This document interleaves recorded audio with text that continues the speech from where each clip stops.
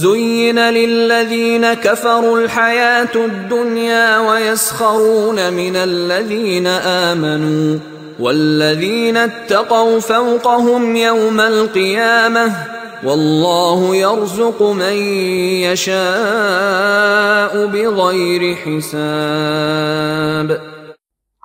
زین للذین کفروا الحیات الدنیا، ان کافروں کے لیے دنیا کی زندگی جو ہے بڑی مزین کر دی گئی ہے، ان کے نگاہوں میں کھب گئی ہے۔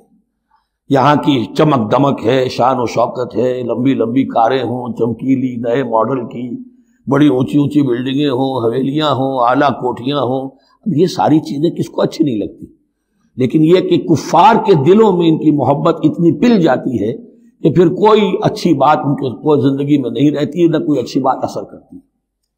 اہل ایمان کو بھی اگر ایمان کے ساتھ یہ نعمتیں ملیں، قل من حرم زینۃ اللہ التی اخرج لعبادہ والطیبات من الرزق، کو اچھا کھانا، اچھا پینا، اچھا پہننا کو حرام نہیں ہے، کو اللہ نے کس کو لوگوں کے لیے ممنوع نہیں کیا، لیکن دین کے تقاضے ادا کر کے، اللہ کا حق ادا کر کے اور حلال سے کما کر، تب کوئی حرج نہیں۔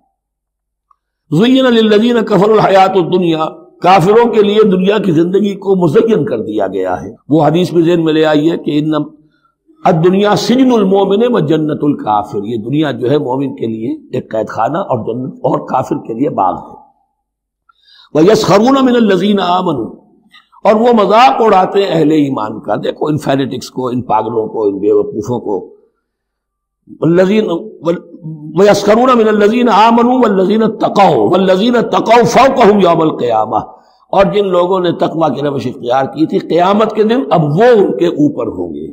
اور بلکہ ہمیں سورہ مطففین میں تو آگے چل کر پتہ چلے گا، پھر اہل ایمان ان کا مذاق اڑائیں گے۔ واللہ یرزق من یشاء بغیر حساب، اور اللہ تعالی رزق عطا فرمائے گا جس کو چاہے گا بغیر حساب۔ یہ جنت کی طرف اشارہ ہے۔